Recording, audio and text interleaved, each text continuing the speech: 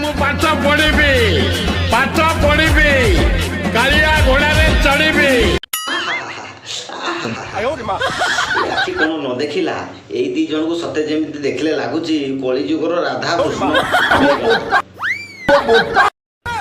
ଭାଇ ମାନେ ବାହାବ ତ ଏମିତିଆ ଝିଅକୁ ହିଁ ବାହାବ ଯିଏକି ବାହାଘର ପୂର୍ବରୁ ଗୋଡ଼ ମଡ଼ି ଦଉଥିବ, ହାତ ମଡ଼ି ଦଉଥିବ, ଆଉ ସେବା କରୁଥିବ।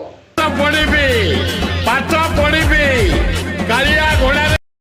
ନହେଲେ ଆଜିକାଲିକା ଯୋଉ ମଡର୍ନ ଯୁଗର ସଡନ ସ୍ତ୍ରୀ, ତମେ ଖଟି ଖଟିକି ଯାଇକିରି ଖଟ ଉପରେ ଫ୍ଲାଟ ହେଇକି ପଡିଥିବ, ତମେ ଯେତେବେଳେ ସୁନା ତମ ସୋନା ସିଆଡେ ଯାଇକି ଇନଷ୍ଟାଗ୍ରାମରେ ହଲଉଥିବ ନିଲାମ ଛେନା ତୁ ଘରେ ବସିକି ନା ଭାଇରେ କୋଉ ସାବ୍ରତ କଲେ ଏମିତିଆ ମାନୁଟେ ମିଳିବ? ମୁଁ ବି ଟିକେ କରିବି। ମୁଁ 7 ସୋମବାର କରିବା ପାଇଁ ବି ରାଜି ଅଛି।